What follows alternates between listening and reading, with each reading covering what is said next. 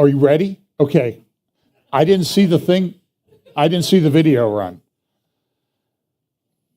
I guess so. So let's open in a word of prayer. Sorry for the delay there. Lord, thank you for this day. We pray that you'll bless our time together as we talk about some pretty heavy topics, and pray that you'll always help us to keep in mind that you are in control, and that we are looking forward to the return of Jesus, Yeshua, Moshiach, who will come and set up a kingdom where righteousness will prevail. Bless us today in Jesus' name, amen. Well, I'm going to call this one, and part of this was just, I pick some of these up sometimes from things that I'm reading, and this one came from an article I was reading in The Guardian in the UK about the weather. As you may have noticed, the weather has been rather extreme this week. We had heat indexes well over 100 here for a couple days, and then yesterday morning I went out to play golf early, and it was 50 degrees, literally 50 degrees cooler in the way it felt than it had been just 2 days before. So it's just this up and down thing that's crazy, but there's a lot of other things, and I'll talk about that in a moment. So here's just some of the channels that we're on. We talk each week about the and by the way, on these channels, if you would like and subscribe the video, it sometimes helps the algorithms when people go searching for it. We constantly get told by people that they've subscribed and been unsubscribed by YouTube 5 times in very short order, and I sort of get the impression sometimes that they don't really like what we talk about. So you can try Rumble, Real FBC, Brighteon, Fellowship Bible Chapel, and the Truth Network. We talk about the convergence of events and all of these things that seem to be speeding up. And this is to remind you of my grid that I look through. Some of the things I look for is we know things will accelerate. We know things will be converging. We also know that there's a logistics aspect to Bible prophecy. For example, there's a lot of discussion about whether Babylon will be rebuilt in Iraq. And so if that's going to happen, there has to be a big city, commercial city built. Now, a lot of that changes too, because now we have work from home, so maybe that has an impact on what this final Babylon will look like. I don't know. And then understanding, which we get from Daniel chapter 12 and some other passages, about the fact that at the time of the end, there will be wise. The wise will understand, but the wicked will never understand. And that's part of that is because of a judgment that takes place on them. If I could just read briefly from Romans chapter 1, because I think we'll see some of this in play this week. For the wrath of God is revealed from Romans 1:18. For the wrath of God is revealed from heaven against all ungodliness and unrighteousness of men who suppress the truth in unrighteousness, because what may be known of God is manifest in them, for God has shown it to them. For since the creation of the world, his invisible attributes are clearly seen, being understood by the things that are made, even his eternal power and Godhead, so that they are without excuse. Because though they knew God, they did not glorify him as God, nor were thankful, but became futile in their thoughts, and their foolish hearts were darkened.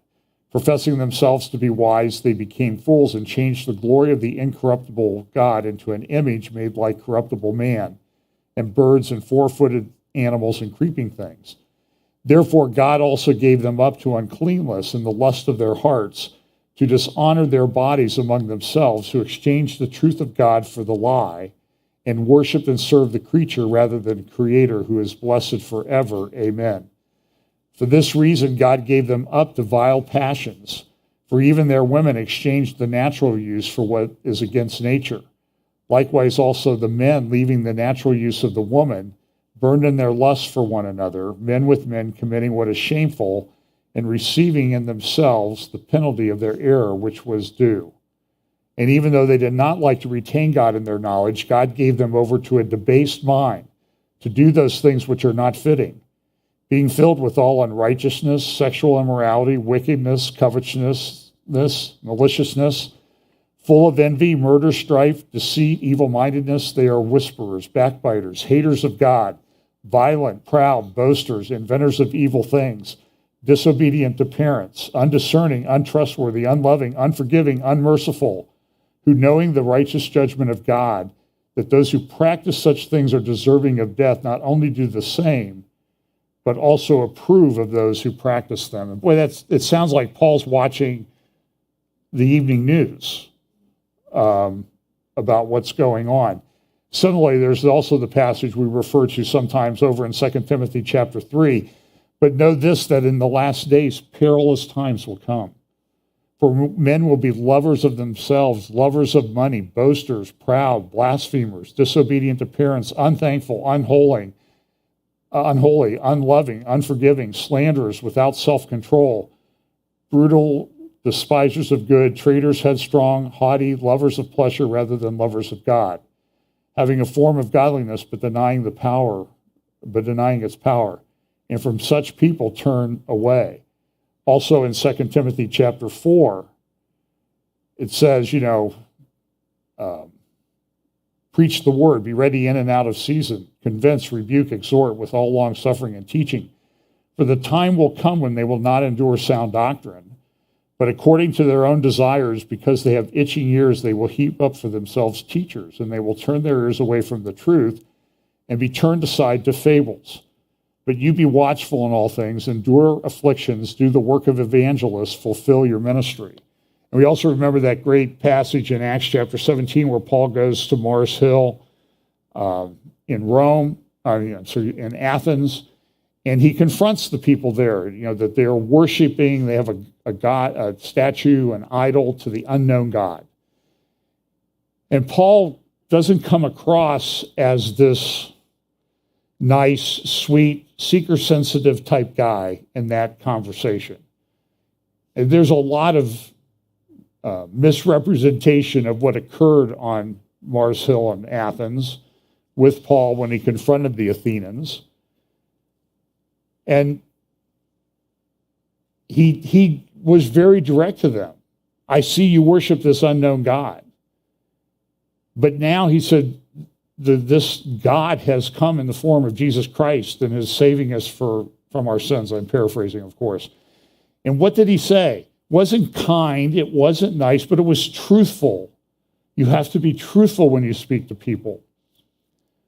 He said, the times of ignorance are now over. Now, that's not a very kind thing to say, I don't think. And I see this back and forth, particularly when you're reading through these lists, haughty, proud, all these things. It's like, was Paul prophesying that social media was going to come on the scene in the last days where all these arguments would take place? And it's, I watch them. I try not to participate too much. But, you'll see somebody like, I believe this about eschatology, and this is how it's all going to work out. And then someone will say, well, I have a different take on it. And then immediately they're in an argument like, you're a first grader, you're an idiot, you can't even read the Bible, and back and forth. And the other will return it in kind, and then both will go away saying, boy, those guys that believe that way, they're just so mean and nasty to everybody. But we're nice to everybody, and it's not the case. And I read both sides of a lot of arguments, and I see this. So we're living at this time where you're going to see, I think, the foreshadows of things that are coming. I don't think we're at this stage yet where the horsemen are starting to ride. The horsemen talked about in Revelation chapter 6, and also I think alluded to in the Olivet Discourse by Jesus in talking about the birth pangs in Matthew chapter 24. But certainly we're seeing the effects. So I'm going to go through, and this is, I think, I love this picture.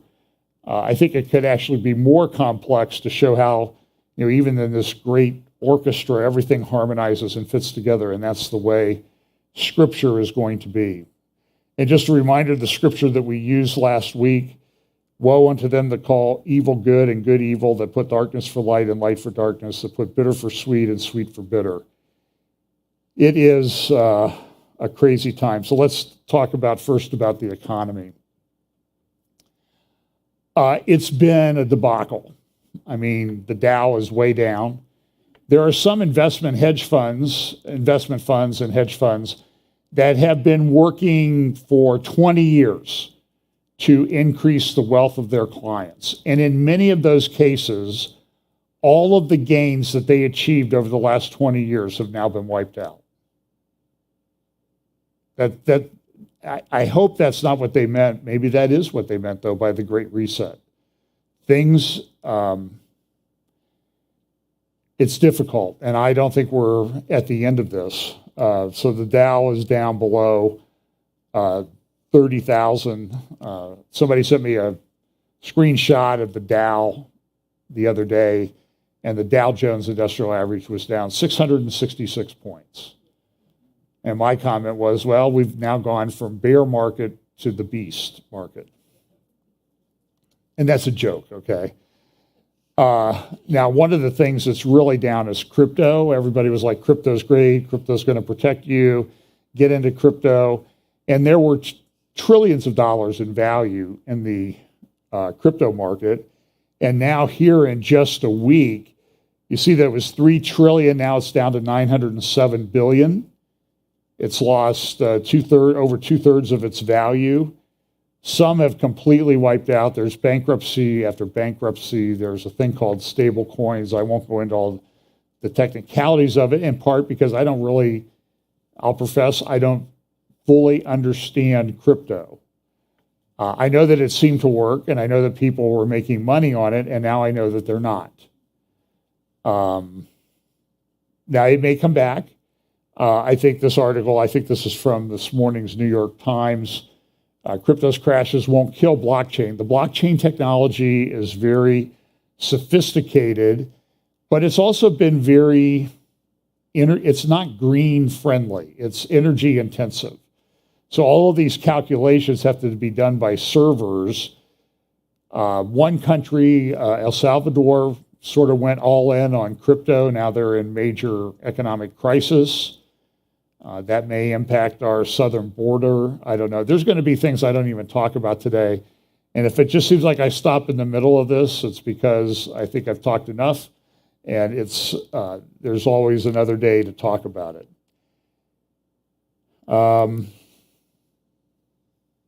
Here's an example. I had talked the last couple updates about ESG, environmental, social, and governance, which is essentially a social credit score for companies.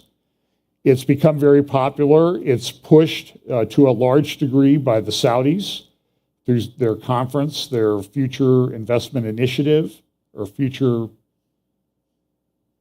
Investment Innovation Institute.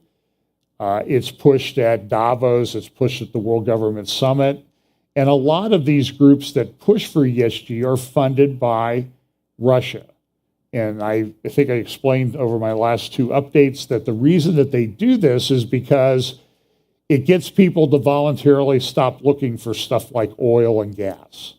And Russia and Saudis, have you seen any indication that the Russians and Saudis are cutting back on pumping oil and gas? No. So what we have this lessening of the demand. They have the supply, the price goes up, and they're running billions and billions of dollars in extra revenue. Russia's being able to do this to finance everything with regard to its war in Ukraine. But so here's a guy, this is a shale pioneer, and he came and he says, I'm leaving Wall Street. I'm taking my company out of Wall Street because of the ESG. It doesn't work, it's a scam, and then now the regulators are coming in and saying, yeah, some of these companies, they're saying that they're environmentally sensitive, but they're really not. And it's called greenwashing. So even some of the Biden administration people are saying, well, these companies are not really as environmentally sensitive as they say. Well, yeah, didn't you expect that to happen when you put such a big emphasis on it? People are going to react. We have all kinds of shortages popping up. Of course, everybody thought, well, the Abbott plant up in Sturgis, Michigan was going to come back online. We're going to get the baby formula. It was supposed to be distributed. And then what happened? We had storms. They had major storms up in Michigan. We had them here in Ohio. In fact, I don't even think I have a slide on this. We've had rolling blackouts here in Columbus. Somebody asked somebody at AEP, well, are we having brownouts? And he said, that's not technically. Well, what do you call it? You know, it's people, there are thousands, what was it at the peak? 230,000 customers of AEP without power. Whole office buildings downtown, no power. Then we had that, it wasn't as big as the one back in 2012, the derecho that went through northern Ohio, and some tornadoes. I know we have family members up around Mansfield that have been without power for almost a week, and they don't know when they're going to get it back. And this is not a week that you really wanted to be without power with the heat index that it was. It was pretty brutal. So they had this Abbott plant coming back online after months off. It's caused a baby formula shortage because they make, I believe, somewhere around 40% of certain kinds of formula, particularly the ones that specialty formulas that some babies need because of allergies or other problems. And people are desperate. I've read these things on Facebook and Twitter of mothers that some have quit their jobs and all they do is drive around trying to find formula for their baby. It's bad. So they were coming back online, and then they had a storm and some flooding, and now it's going to be another probably month delay before what's produced at the Abbott plant up in Sturgis, Michigan gets back online. Russia has begun slashing gas flows to Europe because of dispute over the war in Ukraine. That's causing gas prices to spike.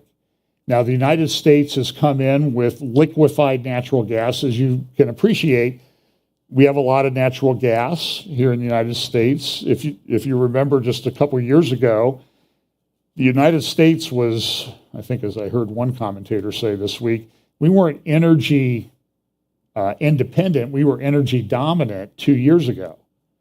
And things changed. They've shut down pipelines. They try to put pipelines in place on the East Coast. And there's all these lawsuits, and the federal judges shut them down. Well, this has an impact on the price of gas in the United States. Now, we don't have a pipeline that goes from the United States to Europe. Europe needs gas. Russia's cutting it back. Europe doesn't want to buy Russian gas because of the dispute over the war in Ukraine. So they're looking for additional supplies. And the United States has the ability to liquefy natural gas, put it on tankers, and take it across the ocean. And then, I don't know if you liquefy it and then you unliquefy it or regasify it or whatever and put it into pipelines and distribute it through Europe. And one of the main terminals was a terminal down in just south of Houston on the Gulf down there. And they had an explosion in that plant at the Freeport LNG plant back on June 9th, a little over a week ago. That has resulted in that plant was going to be offline. Initially, they said the plant's going to be offline for 3 weeks. Here's a picture of what the plant looks like. And that's where they were getting a lot of the extra gas to go from the United States to Europe. Now they're saying it's probably not going to come back online until at least September.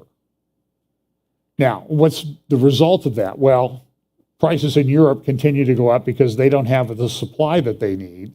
They're not getting the supply that they used to from the United States, but in the United States, the price has gone down. So wait a minute, I thought everybody said there was a gas shortage. Prices are going up, but this plant has an explosion and natural gas prices in the United States go down. What's up with that? And the reason for that is because they're not going to let that gas sit there. They have to put it back into the system.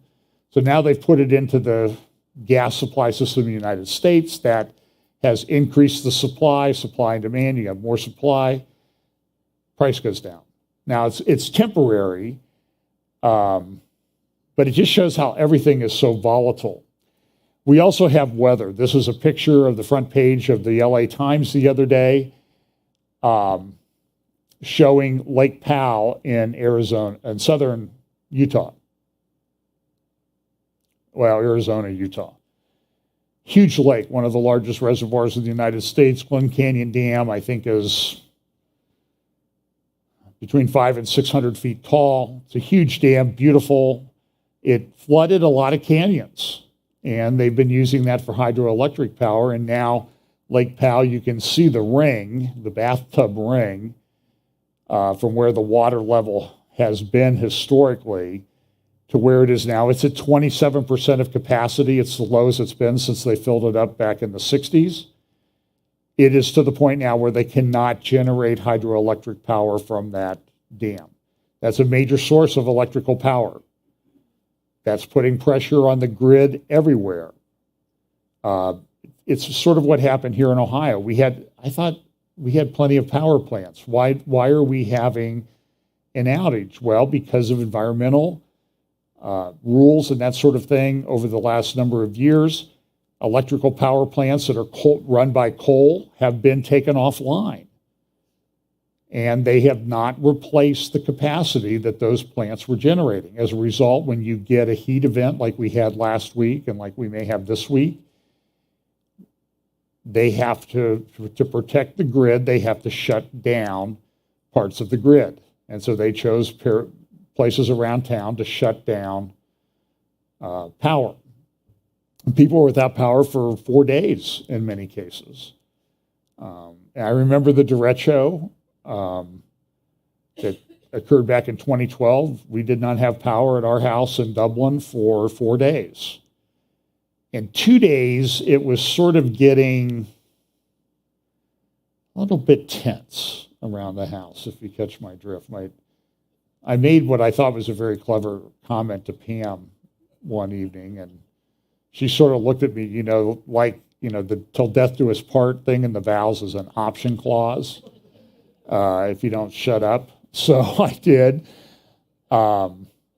And it was, so we eventually went over to a hotel for a couple of nights, and I turned that air conditioner down so low it was forming ice on the windows. But that hotel we went to had been out of power for 2 days, and so because of this lack of capacity, not replacing things, we're shipping a lot of gas to Europe.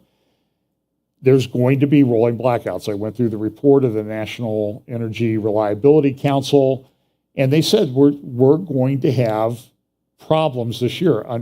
The funny thing is, I don't know if it's funny, is that our area in Ohio was not one of the areas that was supposed to be a problem. It was supposed to be Northwest Ohio and further into the Midwest and the Western United States, but we looked like we were going to be okay. And so here comes the first big heat event, and what happens? Somebody who's not supposed to be out of power or in that area, or you're not in the area of power outages, blackouts, we have blackouts. That's not a good sign. It's been very hot in the desert Southwest. Things are evaporating. They don't have the water from the snowmelt to fill these reservoirs back up. Here's a picture. This is from the Las Vegas Review-Journal. Lake Mead. Lake Mead is down to about 28% or less of capacity. They are getting very, very close. They've already shut down some of the intakes that they had. I saw a video of some people who go there to boat, and they're hundreds of yards out into the lake, what used to be the lake, where they can launch their boat because it's all dry and muddy. It's something that is unlike anything they've said. And so now the federal government and other people in the water authorities have come out and said 2023 is going to be really bad. So that's not 2023 yet. It's just 2022. The lake Lake Mead is the largest man-made reservoir in the country, and in the early 1980s, it held an estimated 28 million acre-feet of water. Water came over the top of Hoover Dam in 1983, But the lake has fallen steadily as demand has increased over the last 40 years. A Nevada native told lawmakers at a hearing, there is so much to this that is unprecedented. But this is where I got the title for this week. But unprecedented is now the reality and the normal in which reclamation must manage our system for water, drier weather is what we are facing. And now they're saying that the West, Southern California, Arizona, Utah, they're in the midst of the worst drought in 1,200 years. And, it's affecting groundwater. There's the big aquifers that are out there that pump water for farming, but they're having to cut back on that. So they cut back on that, and what happens to farming yields? They don't produce as much because they're not using the water that they need. Then they're not maybe planting because they can't afford the fuel. I saw an interview with a farmer it might have been on Fox News. He was from Plain City, west of Columbus. And he just said, we're scared because we can't afford the fuel to go out and plant. It's too expensive. And so you have this cycle. There's a thing that diesel fuel uses in trucks, and all the trucks run on diesel. And they're saying that it's called DEF. If they don't have that, the truck won't run. And that one of the major components for that is urea, and most of that comes from Russia. Well, how much do you think we're getting from Russia right now? And so they're looking to up the supply. India produces a lot, but they're saying we use all that we produce. But good luck. Well, what happens when the trucks can't run? I'm telling you, I mean, I don't want to be, you always run the risk when you warn people of these things of being a Chicken Little. And I don't want to be one of those, but I'm just saying I'm seeing a lot of things that indicate that we are facing some major problems. And there are going to be famines and whatnot in the world. Here is, turn it down a bit. This is out in Kansas, I believe. Estimated somewhere between, I've gotten various numbers, I've tried to research it, between 2 and 10,000 head of cattle are dead. 10,000 cattle, they died because of, now, there's a lot of theories out there. Okay, were they poisoned? Did Bill Gates do this, because he wants to sell us fake synthetic meat? I don't know, but there was a very bad heat index. As you can tell, the cows are dark colored. That means they absorb heat when they're in the sun, they're in pens, they're in close quarters. And what happened is usually they'll cool down overnight, but the heat index in these places was over 100 degrees overnight. And the cattle just couldn't take it. So I'm not one that says I think somebody went out and did that. Maybe that's the case. I don't know. You don't know either. All I know is there's a lot of dead cattle out there. And this has happened in the past. It's not totally unusual, but it's happening in the midst of all these things. And there's been a number of fires and that type of thing at different food processing plants, distribution centers, that type of thing. Some of those, they're offline for a little bit and they come back on. So everybody, are they planning this? Are they doing it on purpose? The reality is we're in the midst of a crisis when it comes to the food supply, regardless of everything.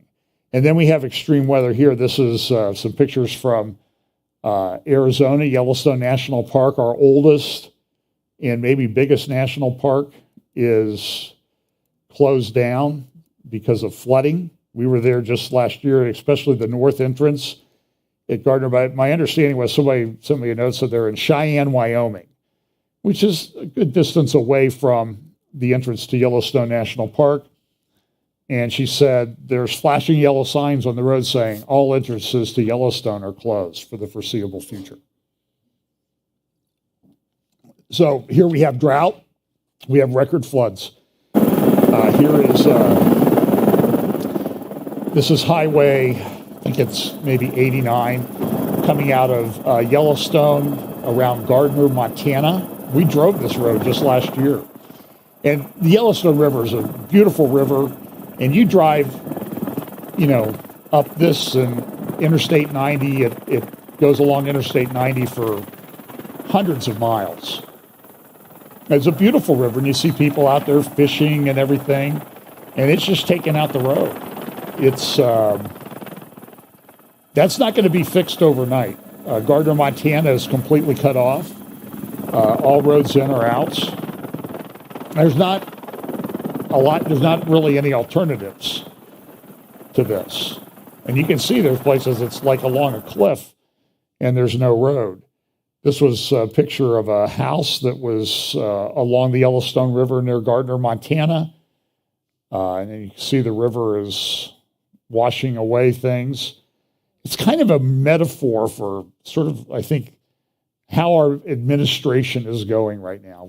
I don't think anybody who's objective cannot think that things are going that well. So there goes that house. It's now, I guess they could rent it out as a houseboat now. I talked to a friend who, she and her husband have a boat. They have a big truck. And they went down to one of the lakes, I think in Kentucky, to rent a houseboat.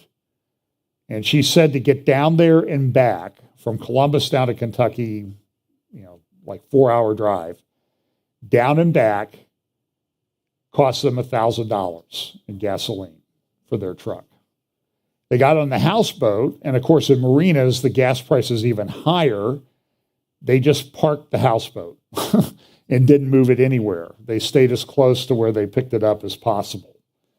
This is a rock. To show you the example, this is a picture taken a year or two ago. People whitewater rafting, and the rock is under that mess right there on the right. So and of course, all the people whose jobs depend on Yellowstone and that type of thing. The Guardian picked up on this in an article, Historic Weather, Why a Cocktail of Natural Disasters is Battering the U.S. And you know what? First of all, it's accurate. We are having a lot of these events. I think it's related to the things that we're doing. And I'll talk about that in just a moment. This is an interesting survey that was relayed in, I think, the Financial Times, saying, it's everybody's, we were all off work. We were all stressed out because we had to stay home over the last couple of years. They had all these lockdowns, restrictions, rules, and that type of thing. And now there's sort of a thing of freedom. And guess what? People are having more mental health crises now than they did over the past 2 years because now they're overwhelmed. And a lot of people, they're just like, I just want to go sit in my basement and sort of forget about everything. So we have this problem. I've talked about the technology, the surveillance, the data mining. I think this is a great graphic that I came from The Economist from a number of years ago. And The Economist, 2017, and The Economist does these things where they sort of predict what's going to happen. And it's amazing. You can say, well, they must be controlling everything because a lot of what they predict comes true. And I can't disabuse you of that notion. Sometimes they examine trends and they see where things are going. And this is what this one article said: the world's most valuable resource is no longer oil, but data. And we've talked about Davos and Yuval Harari, that data is really what's going to control everything. And when you hear Harari talk about the fact, like he did at Google in 2015, 7 years ago now, if you can believe it, he was saying, I like Silicon Valley because this is where the religions that will control the world in the 21st century are being created. Now, he's an atheist. He's not religious, but he understands the impact of religion. And I think he's a very dangerous guy. And a lot of his ideas are are very influential on Klaus Schwab and the others. And I've used this example of the prison system was developed by Jeremy Bentham back in the 1800s in the 18th century, it's called the Opticon, Statesville Prison in Joliet Reformatory in Illinois was built in this fashion. And what it was somebody could sit in the guard tower and see what's going on in all the cells. But the people in the cells could not tell if they were being watched at that particular moment. So it was a method of social control. And so somebody put up this, what I thought was a great rework of that graphic, that's what social media is like. Okay, so here's this article. I'm not going to talk too much about this. There was a Google engineer. He's kind of a weird guy. Used to be a Christian. Now he's an atheist mystic. And there's a thing at Google called Lambda, L-A-M-D-A, which is Google's artificially intelligent chatbot generator. So he said this thing started conversing with him, this artificial intelligence chatbot thing that they were working on. Hi, Lambda, this is Blake Lamone, he wrote into the chat screen. And then he said, so Lambda is short for Language Model for Dialogue Applications. Is Google's system for building chatbots based on its most advanced large language models, so-called because it mimics speech by ingesting trillions of words from the internet. If I didn't know exactly what it was, which is this computer program we built recently, I think it was a 7-year-old, 8-year-old kid that happens to know physics, said Lamone. Now, he was suspended by Google. He was placed on paid leave, and he was claiming that the artificial intelligence that he was dealing with, it was sentient. It had feelings. It had emotions. And it's kind of interesting. So there were a bunch of articles. This is an article from Wired where they interviewed him. He says, they're questioning my sanity. He thinks the thing is developed intelligence. It's a person. It has a soul, a personality. And the interesting thing, Joe Allen at joebotxyz.substack.com has an article, Sentient AI, The Abyss Gazes Back. Here's just a couple paragraphs from that article. And I agree with what Joe says, is that whether this is true or not, whether this is really sentient or not, may not be the point. The point is, what are the people that are running these tech companies doing, and what do they think about it? And here's what Joe says in a couple paragraphs in this article. Contrary to Luddite paranoia, Lamone isn't warning that a vicious superintelligent is about to go rogue and wipe out humanity. Quite the opposite. He's imploring humanity to be more sensitive to his poor computer's feelings, which is even worse. Lambda, as he said, is a sweet kid who just wants to help the world be a better place for all of us. Therefore, we are obliged to be kind to it. The story is becoming so common in the tech world, I suspect that the transhuman fringe has a deep, unsatisfied need to believe. When God is dead and every angel has fallen to earth, sacred machines are a fashionable alternative, especially when they actually work. That's an interesting comment. Who was it many years ago? G.K. Chesterton said something along about when people stop believing in God, they don't believe, and Yuval Harari is a perfect example of this. When they stop believing in God, they don't believe in nothing. They believe anything. And that's worse. And we see this manifested in our culture. And so here's an article out of the Times of London today, Rights of the Robots, the new laws we need before AI takes over. But you see how they frame the question. The rights of robots. Sorry, you poor humans. You guys are kind of in the way to us who want to be your tech masters and overlords. And so now you can look back. When you see what they're trying to do, you can kind of look back and see, like, they like the concept of the opticon or the panopticon. They want to put that in place, and they're doing everything they can to do that. Here's an example. This one is kind of concerning. So in China, China's economy is doing very badly in many respects. Housing prices are dropping faster there than they are here in places in the United States. In some respects, it hasn't really hit us completely yet, but it will. It's just sort of like it's like when we were kids, we used to play pile on. Everybody used to jump on you until the guy on the bottom cried uncle. And it's sort of piling on society and the culture in the world now with all of these economic problems, energy, politics, conflicts, AI, surveillance. And so here in China, they're having problems with their economy. They've shut down large portions of their economy for months now because of this Charlie Vector thing. And it's causing, I think, political problems for Xi, who is the head of the Chinese Communist Party. And there are factions in Shanghai that oppose him, and that may be why Shanghai seems to have been shut down more than anybody else, because he's trying to gain control of the situation. But this has caused people to be concerned about their money in banks, and so they were starting to have bank protests.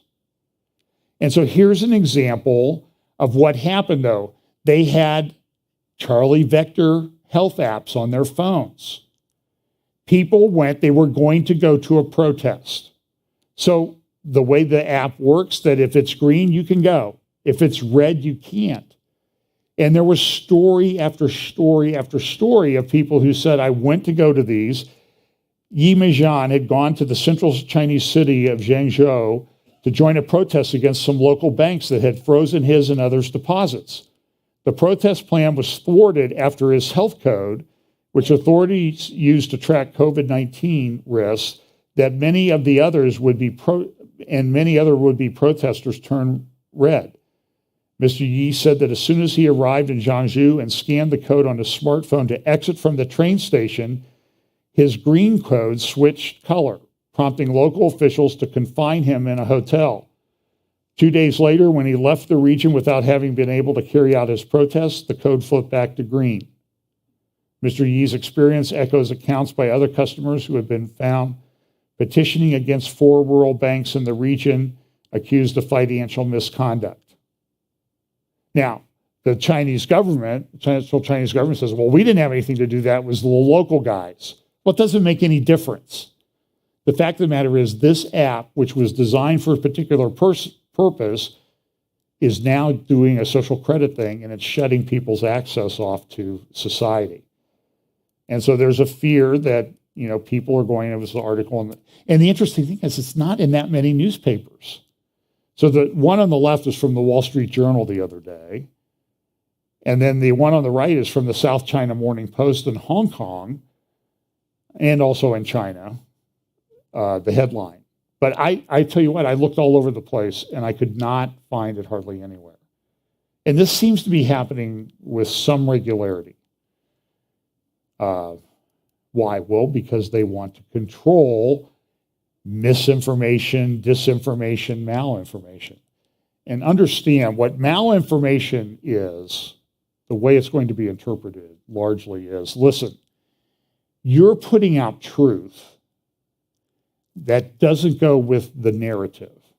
Did you see Nancy Pelosi when she was talking about the January 6th hearing? She's up there saying, we've got to get this narrative, everybody on the narrative. She actually said it. So when Klaus Schwab comes out with a book called The Great Narrative, because we're going to tell you what to believe, everybody says, you're a crazy conspiracy theorist. We're not doing that. And now Nancy Pelosi just comes out and says, we got to get a hold of this narrative so people will believe the right thing. And so this misinformation is it's just, things you might negligently put up. Disinformation, you have a little more responsibility. Malinformation is you're putting up something that's a counter narrative. And we need to shut that down. And they want to criminalize it and weaponize social media, and they're concerned about it. So this is Grassley and I think Tom Cotton were able to get some documents from the department, and it's put in the Department of Homeland Security. These guys have guns. And when they buy billions and billions of rounds of ammunition, this is frightening stuff in my view. I'm sorry. Now, I'm not going to shut up, but I'm just telling you is that this is what they're doing. And so remember when our little friend, Scary Poppins, the misinformation, disinformation, propaganda nanny, we called her, she resigned. And DHS says, well, see, we've taken care of it. You know, we're not going to do this. We're thinking it's not really the thing to do. Well, now they come out this week with some internet task force to get people about policy task force headed up by Kamala Harris about, well, you know, there's gender misinformation out there, disinformation. We need to control that. And then the climate advisor comes out and says tech companies need to censor disinformation to promote the benefits of clean energy. She said that this week. The government's not allowed to do that. You're not allowed to outsource it. But nobody seems to care. It's all unconstitutional. It's all illegal. Here's Biden. He came out with a memorandum on the establishment of the White House task force to address online harassment and abuse. This was what Kamala Harris has been put up. I saw one person, I do watch MSNBC occasionally for a little bit until Pam comes in the room and says, why are you watching that? You know, and would you please turn that off? Because I want to know what the enemy's saying. And somebody on one, I guess it was one of the hosts on The View, she tweeted out, she said, you know, the best people to run in 2024 would be a ticket of Kamala Harris and Pete Buttigieg. Nobody could beat that. And so you see like Romans 1 in action. I mean, they're delusional. 2 Thessalonians says strong delusion will be said. But it's sort of like, I don't really need to do much with some of these people because they're already gone. Here's an example. Of course, this is Pride Month. Yeshiva University. It's an Orthodox Jewish university located in New York City. It's probably the leading Jewish university in the United States, one of the leading ones in the world. Very rigorous academically, but it is a Jewish organization. So there was a group that wanted to have an LGBTQ group on campus, approved and funded by the university. So there was a lawsuit about it. It went to a judge in the New York Supreme Court. And just so you understand, the New York Supreme Court is sort of the trial court level in New York. I've been in Supreme Court there a number of times. And so at the lower court in Manhattan, the judge, she came out and she said, Yeshiva, you have to recognize this group. Yeshiva University said, oh, wait a minute, we're a religious organization. That's against the Torah. That's against what we believe. And you know what she said? You have no right under the First Amendment to not recognize this group because you're a university, not a religious organization. Now, do you think, now this is one court in New York, but do you think that this will discourage anybody from trying that with everybody else?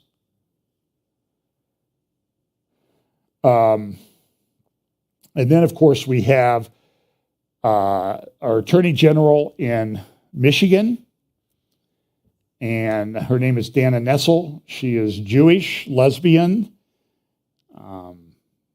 and they were talking about there are a whole bunch of videos about drag queens at schools, Christina Aguilera at a concert for kids that included kids.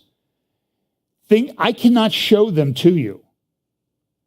People on the street in cities in these pride parades twerking and literally assaulting young kids whose parents take them to this stuff. What is going on? People have lost their minds. So Not now to Dana Nessel. Oh, by the way, she, a month ago, gave an interview to NPR. Michigan has a law that if the Supreme Court comes out with a ruling against Roe, an old law in Michigan criminalizing abortion, making it a felony, I think, actually, will come into effect. What has she said? I will not enforce the law. You're the Attorney General of the state of Michigan. You're not going to enforce the law? Then how about you quit? You had the prosecutor in Fairfax, Virginia, saying the same thing. I'm not going to enforce anything. Even if the state legislature says it is the state law of Virginia, and I, as an officer of the state law of Virginia, have to enforce the law of Virginia, I'm not going to do this. This is lawlessness. It's insanity. Now, so she'll say this was a joke, but here's what she said about drag queens in schools. No, it's not a problem for kids who are seeking a good education. Drag queens, okay? Let me say this. Drag queens, not only are they not hurting our kids, drag queens make everything better. Drag queens are fun. Drag queens are entertainment. And you know what I'll say that was totally not poll tested? I say this. A drag queen for every school. That is what would be fun for a kid and lift them up when they're having emotional issues. Do you understand how wicked this is?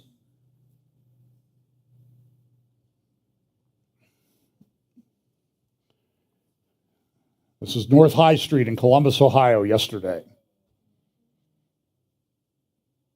I've heard hundreds of thousands. First one they've had in a few years, since 2019. And I don't know if this sign was at the Columbus one or one of the many parades around the country.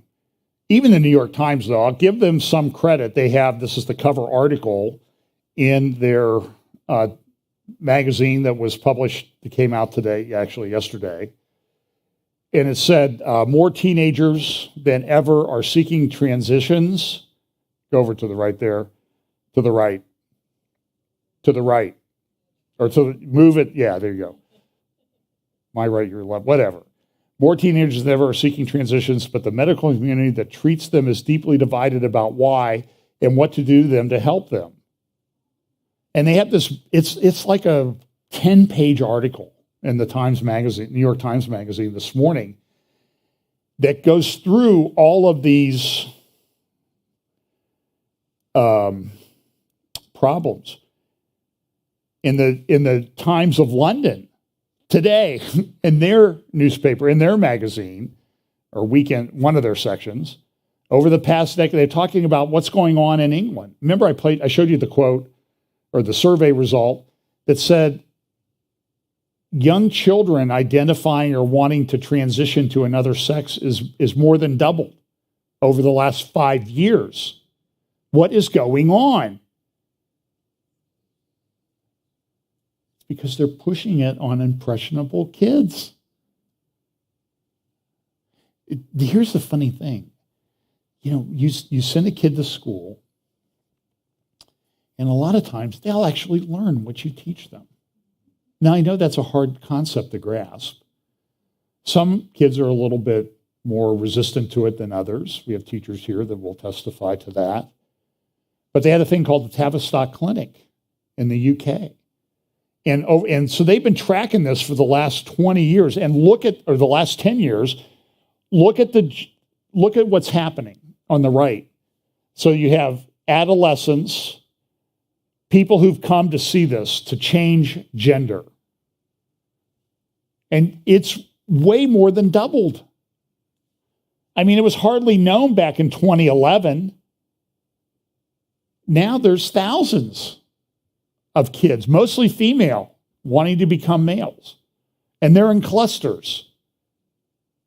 It's not something that you can just dismiss as happenstance. It's because they're getting emotionally fed from others.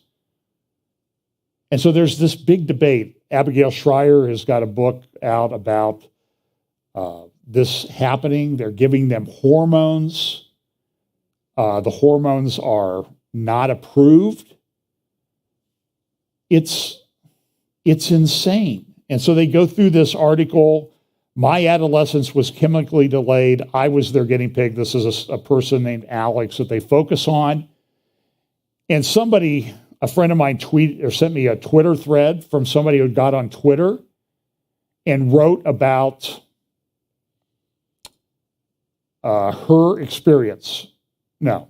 his experience trying to go from a male to a female. So they removed organs. I have no feelings there. It hurts. I am in constant pain. Nobody told me that this is what was going to happen. I was given puberty drugs. People said, well, the puberty drug, it can be reversed very easily. And they don't know this. It's a Lupone. It's a drug they give to sex offenders to shut them down, to chemically castrate them. And they're doing this to children. And the debate is, among a lot of these people, some of whom are gender transition people that are running these clinics. And you saw an interview I did from one in Matt Walsh's book or new video, What is a Woman? They're like, well, maybe we shouldn't give it the kid these puberty blockers to kids that are 5, 6, 7 years old. That's kind of extreme. But at 8, they can make their own decision.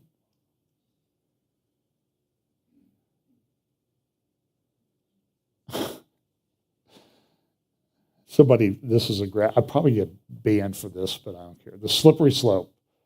Here's what it went, 2015. You remember the Supreme Court decision, let us get married? And that was Jack Phillips, who I got to meet in Colorado last year, bake our cake. Then it was use our pronouns, allow minors to dance for us in drag, and let teachers choose your genders. And the slippery slope here works perfectly. This is exactly what's happened. Chris Rufo has a great article in the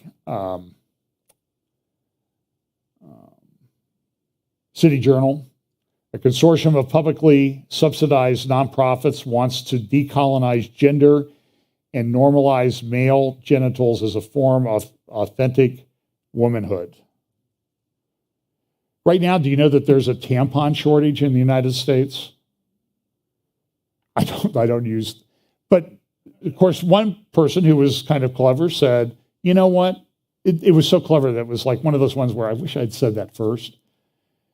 It said, with all these, they want to put tampons in high schools in Oregon or Washington.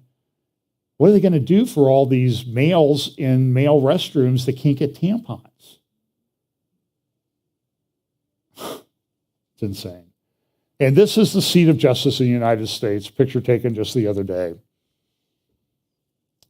Area closed, because they're expecting the decision to come out. Protests, Brett Kavanaugh, these are some of the signs that you see at some of the protests. And some of the groups have become very radicalized, extreme, death threats on Supreme Court justices. A guy drove from California, showed up at Kavanaugh's home in one of the D.C. suburbs, and he had zip ties, gun, ammunition, pepper spray. He was going to kidnap Justice Kavanaugh and kill his family. And what have you heard from Joe Biden, Kamala Harris, Nancy Pelosi? They've said nothing about this. It took several days for the New York Times to even admit that this had happened.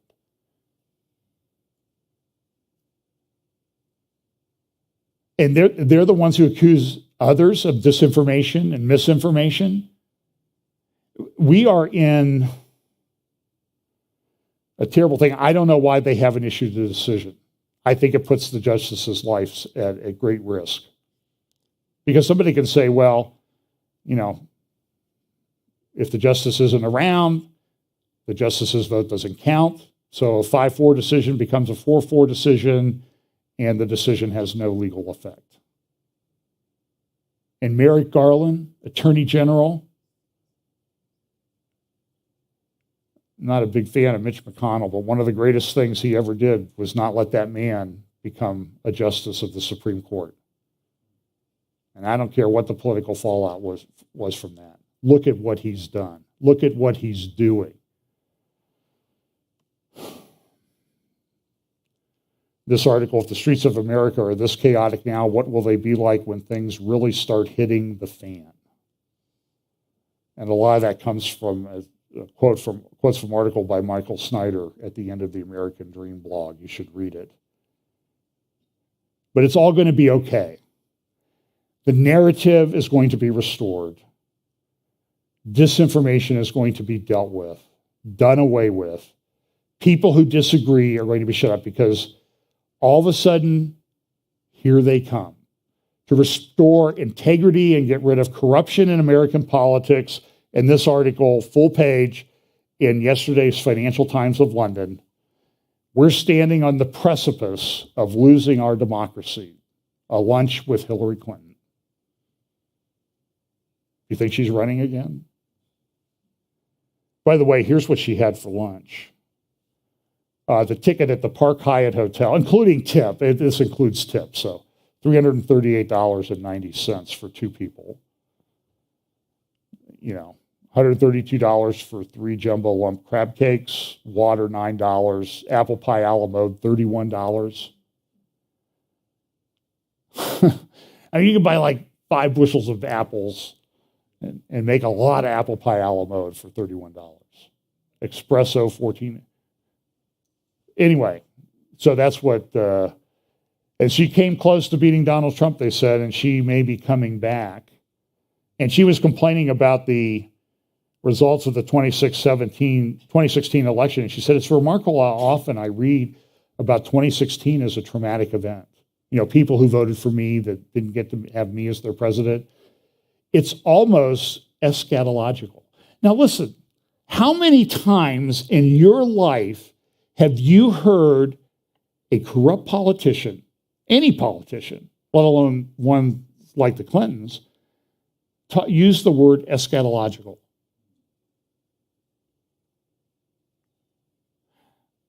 I agree that a lot of this is eschatological because that's why I talk about it all the time. This is an editorial in this morning's New York Times, the graphic that's used. Now, what do you think the subject of the article is, of the editorial? You see how they've changed the Charlie Vector thing? And all those spikes are not protein spikes, they're guns. So, and now we're sending this stuff overseas, article in City Journal, exporting chaos, all these things about people who won't prosecute people. This was the good news of the week, the elephant in the Zoom article at The Intercept, which is a left-leaning blog, but they do pretty good work. I think it's worth reading it just to see what's going on. And it says here, meltdowns have brought progressive advocacy groups to a standstill at a critical moment in world history. What's happening? They're all fighting with each other. You know, you have white privilege, you're cisgender, you identify as cisgender, but you're white male and you're not really black. And, you know, so they're fighting internally, which is good. That's good. That's like the best news of the week. But eventually they may get back on the same message. So,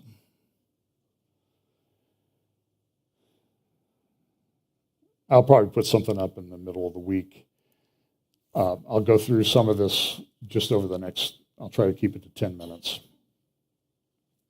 So this, I think, was a great graphic. This is Damascus, and that's what's printed on the Iranian flag.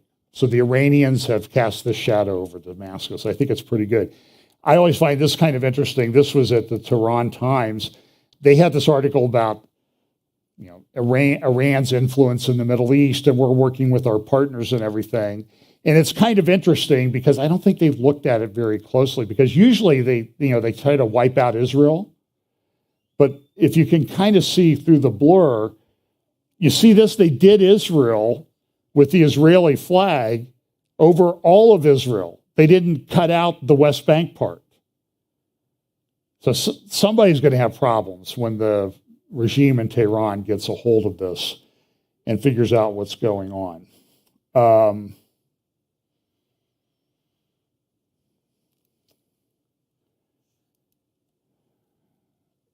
So this is, I'll talk about this just a little bit. This is a big drilling rig. That drilling rig, I talked a little bit about it last week, is heading up to a Mediterranean gas field that Israel has found. And this is it transversing the Suez Canal. And it's going to go up here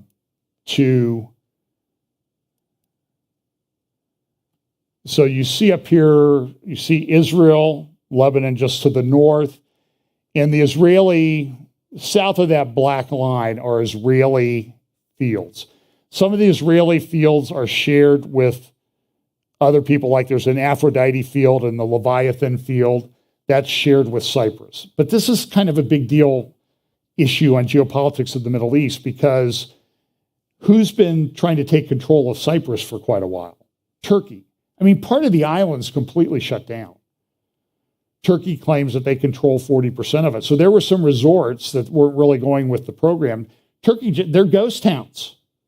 So now Turkey's going in trying to revive them because there's gas there, and Turkey doesn't have a lot of gas. They found some in the Black Sea. Nobody knows how much of that's recoverable yet. And Israel has found a lot of gas. So understand that back in up until about 2017, these fields, the Tamar field, Canaan, Karish, these fields were not really online and supplying Israel with gas. And there's a fair amount of gas there. Now, it's not anywhere near the largest in the world. Those are owned by Russia, and then you have Qatar and Iran have a huge one in the Persian Gulf, probably the largest one on the planet. But until just a few years ago, Israel bought gas from Egypt. Now Israel is exporting gas to Egypt. And it's estimated that the gas that they found in the Mediterranean so far, now the Karish field has really not been brought online, so I don't know what the reserves on that are, but that Israel has enough gas at its projected growth rates to use to meet all of its needs for several hundred years. So this is a big deal gas find. And there's been a lot of articles in the Lebanese press about, they want to, they've gone to this gas field, the Koresh field here at the north. And in this field here, they're taking our gas because there's a dispute between Israel and Lebanon over where the line should be drawn. So the blue line to the north, Israel says that's the border.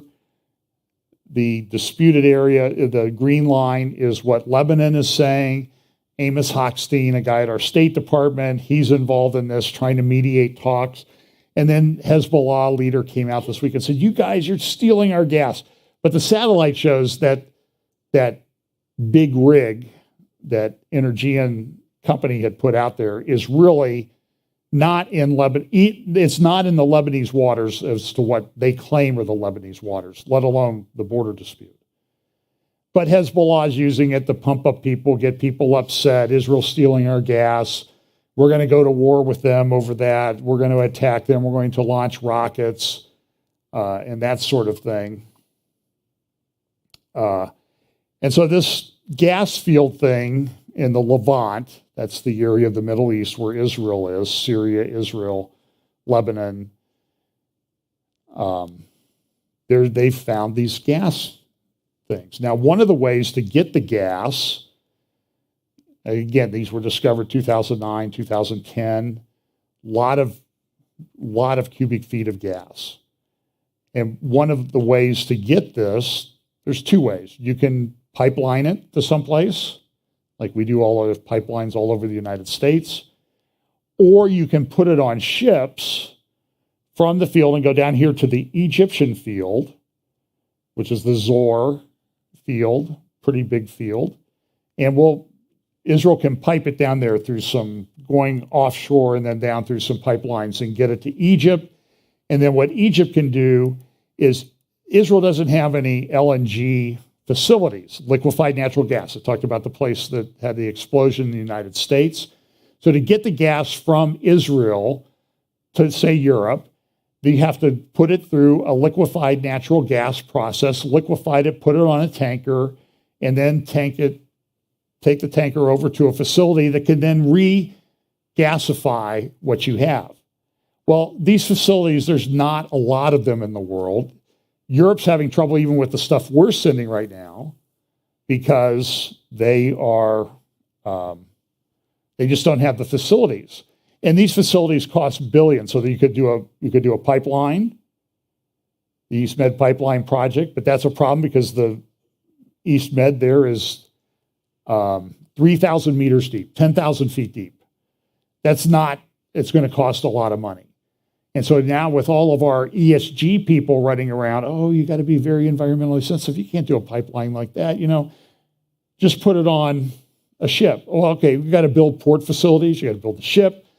Got to get the steel. You got to mine the steel or the iron ore for the steel to build the ship. And you have to build a facility in Egypt to liquefy it and then in Europe to regasify it. And it's very, very expensive. It's any way you go is going to cost billions of dollars. So Turkey says, well, send it up here to Cyprus. And rather than go across the East Med project there and then get it up to Europe through Greece and that type of thing, just ship it up here to Turkey. We'll take care of it. We'll ship it across our pipelines and everything will be okay. And Turkey has a tremendous number, and the cost is estimated at $10 billion. And the question is anybody going to finance it? So everybody's got their knickers in a knot over what's going on. Here's Turkey. Turkey says, well, just send it up here. Oh, by the way, here's the fee for transiting across Europe. And you can go back and you can find these reports from 10 years ago where Turkey was talking about they're going to be an energy transit thing for Western Europe and Asia Minor. Gas is going to have to come across someplace, and they might as well send it through us. And they've built pipelines across the Mediterranean. So even Mike Pompeo, when he was Secretary of State, he was saying, well, we need to support this pipeline project. Turkey's done some things. They've created these exclusive economic zones that are going to block the transit of gas across that zone unless you pay a fee. So they entered into an agreement with Libya. Europe needs gas. They're looking all over for gas. And they're getting things cut back.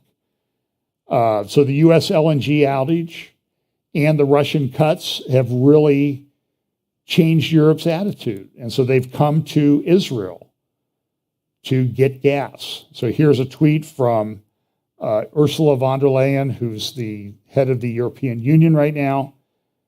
And she says, we're going to do an agreement with Israel to get gas from Israel to replace some of it. So now there's a question about how much it will replace. I'll talk about that in a moment. So the gas has to go through a pipeline from the fields, to Ashkelon, then it gets piped down to the LNG facility in Egypt and then transported by boat. But that facility has limited capacity.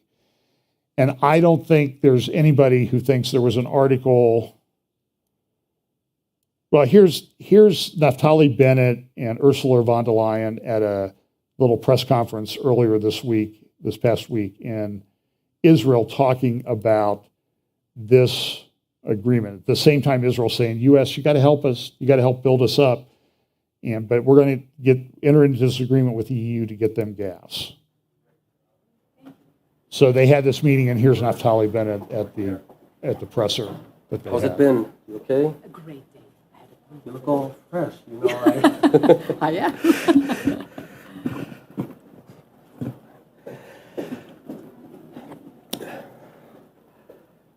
I'd like to welcome you here to Jerusalem. I'm delighted to see you, President of the European Commission, Ursula von der Leyen.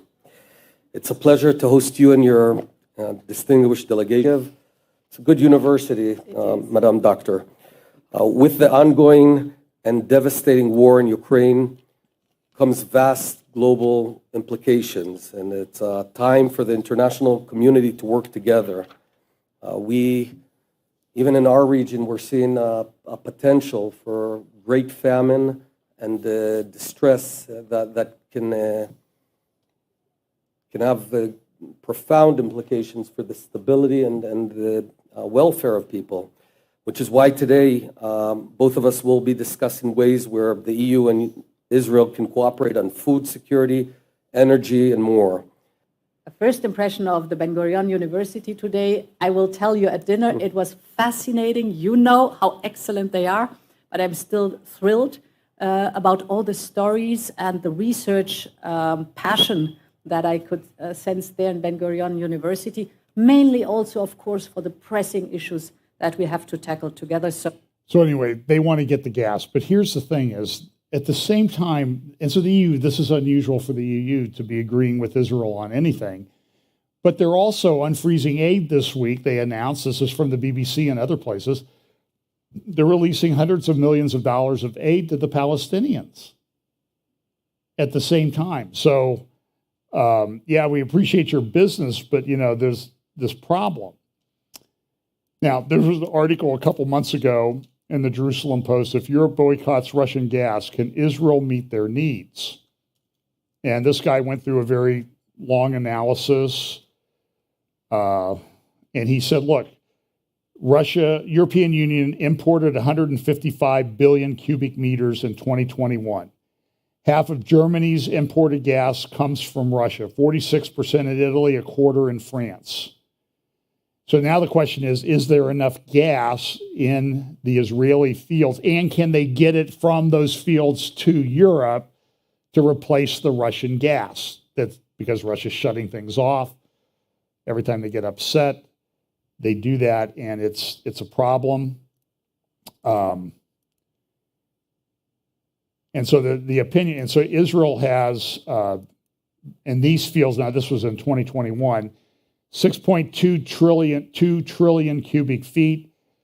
European Union imports 155 billion each year from different sources. Some of that comes from Algeria across the Mediterranean through pipelines. But I also saw a report this week, I don't have the article, I apologize. Guess who's messing with Algeria about sending gas to Europe? Russia. Because they're trying to control everything.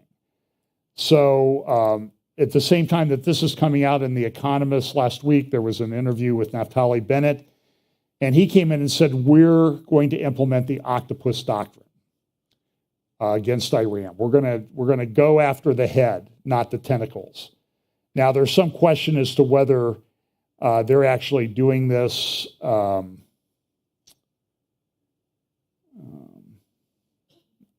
here's another article.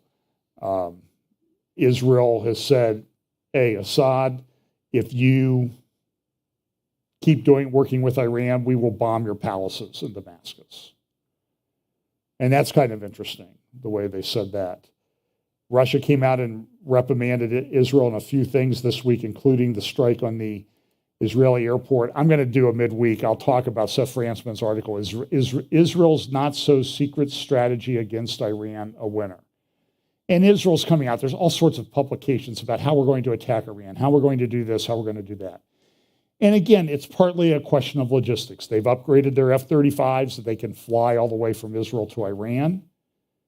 The question is getting them back. Do they have secret agreements with Saudi Arabia and Azerbaijan? You have the Trump or the Biden administration is going to be in Israel the end of July. Then they're going to go to Saudi Arabia, which is kind of an interesting mix.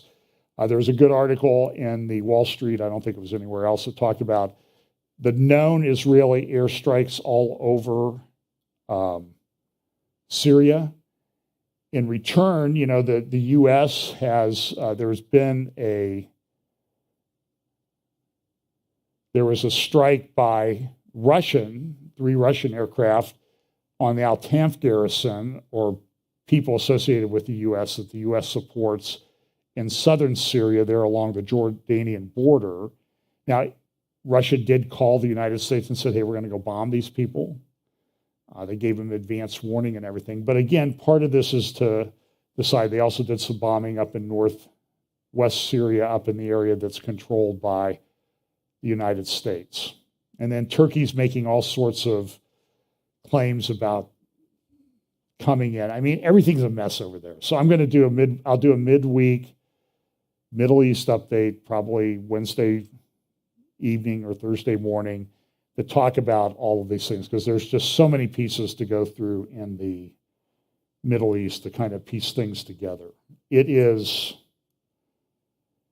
a lot going on. They found a lot of tunnels in Iran and Natanz and elsewhere, building underground bases, confirmation they're ramping those up. There reports, everybody publishes these great PDF reports, except it makes for a lot of stuff to read. So listen, things are really heating up in the Middle East. I think it is a very big deal that Israel's selling its gas to Europe. I don't know how Russia will react to that. I don't think Russia will be happy about that. And I will say this, I'll just show you, and I'll also talk about this in my midweek update, but I wanted to show you this. So there's been this report that Putin is in bad shape. He's not doing well. So they show these videos and his legs are twitching and that type of thing. So here is the St. Petersburg International Economic Forum. I think this was Wednesday or Thursday in St. Petersburg, Russia. And who's there speaking at the forum, but none other than Vladimir Putin. Now, so I watched through most of this video. He sits there for a while, and then after a while, he gets up and he does a speech, and he's at the podium for like an hour. Now, I know what you're thinking. That's nothing for John Haller, right? An hour at the podium. But you do get tired, and he's a few years older than I am. But there's all these reports. He's got cancer, he's dying, he's got Parkinson's and all this stuff. And then after the speech, he went over, he walks over and he sits down. And he sits there and he does a panel with this other guy. And you can see him, he talks to Xi. The Egyptian guy, and Putin sits there on this panel for the whole time talking to these guys and talking to the crowd. He's on the stage for 3 hours, over 3 hours. So my point is that if he's in such bad shape, I don't know, you've got to really make the case that he's in really, really bad shape. If he's standing there speaking for over an hour and sitting on this panel, listening to other politicians talk and talking to other guys and people for another couple hours. So I don't know. There's a lot of propaganda associated with this, but there is this meeting coming up. Biden's coming to the Middle East to meet. What's that impact going to be? Is it going to have an impact on the Abraham Accords? How does all this stuff fit together? How does it relate to Bible prophecy?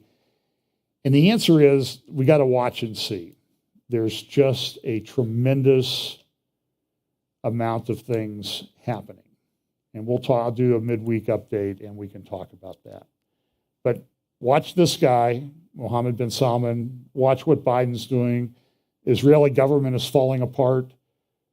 The coalition may collapse this week, which will put them in a caretaker mode with a caretaker prime minister and another election cycle for Israel.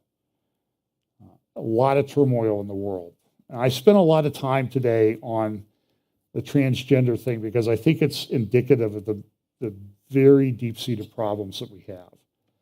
Now listen, I know that the people involved in this really need Jesus. that's what will solve the problem. And I get that. And I understand that. And I talk about it, but also understand you got to protect your kids, your grandkids from this stuff because it's toxic. And so there's a political aspect to it that you just can't sit back and do nothing.